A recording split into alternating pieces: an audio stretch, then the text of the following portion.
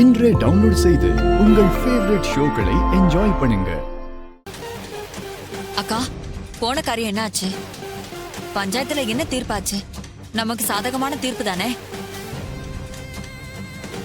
ஆமா சந்திரா, 2 பேருக்கும் நடுவுல இருந்த புருஷன் பொண்டாட்டிங்கிற உறவை கோயில்ல வச்சு சாமிக்கு முன்னாடி காசை வெட்டி போட்டு பிரிச்சு விட்டாச்சு.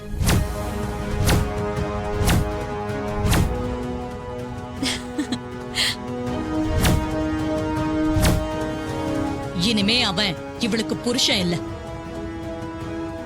இவ அவனுக்கு பொண்டாட்டியும் இல்ல. திருமண பந்தத்தை முறிச்சாச்சு.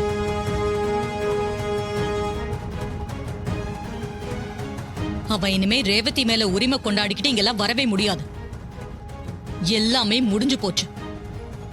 இப்பதான் எனக்கு நிம்மதியா இருக்கு. இப்படி பேசுறதுக்கு வெக்கமா இல்ல? நல்லா சந்தோஷமா இருந்த புருஷ பொண்டாட்டியை பிரிச்சு வச்சுட்டு இங்க வந்து நிம்மதியா இருக்குன்னு சொல்றியே, நீ எல்லாம் ஒரு தாயா? ஓ சுயநலத்துக்காக நீ என்ன வேணா செய்வியா? மா, ரேவதியை கொஞ்சம் பாருங்க. அவ முகத்துல எவ்வளவு வலியும் வேதனையும் இருக்குன்னு. நீங்க அவளை எமோஷனல் பிளாக்மெயில் பண்ணி ஒத்துக்க வச்சிருக்கீங்கம்மா. உங்க பொண்ணு காலம் ஃபுல்லா அழுதுட்டு இருந்தா உங்களுக்கு அது சந்தோஷமா? என்ன ரோகிணி, உங்க அம்மாவை எதிர்த்து பேசுற அளவுக்கு பெரிய ஆள் ஆயிட்டியா? நியாயத்தை யார் வேணாலும் பேசலாம் சித்தி. முதல்ல இந்த கொம்பு சீவிர வேலையை நிறுத்துங்க. இவங்களாலதான் இவ்வளவு பிரச்சனையும். இவங்க தூண்டி வருதுனாலதான் அத்தை எதையும் யோசிக்காம இதெல்லாம் பண்றாங்க. மாப்பிள, ஏன் எனக்கு சுய புத்தி இல்லையா? ஒருத்தர் சொல்றதான் நான் கேட்டு நடந்துக்கணுமா?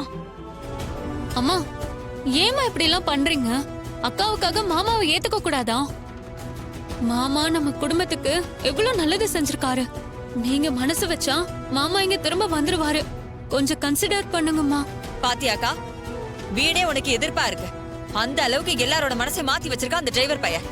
அவனை இப்ப வாட்ச துரத்தி விட்டது ரொம்ப நல்லதா போச்சு. இத பாருங்க, எல்லாம் முடிஞ்சு போச்சு.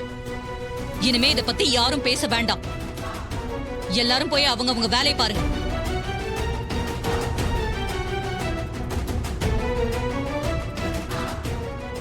போங்கன்னு சொல்றேன்ல.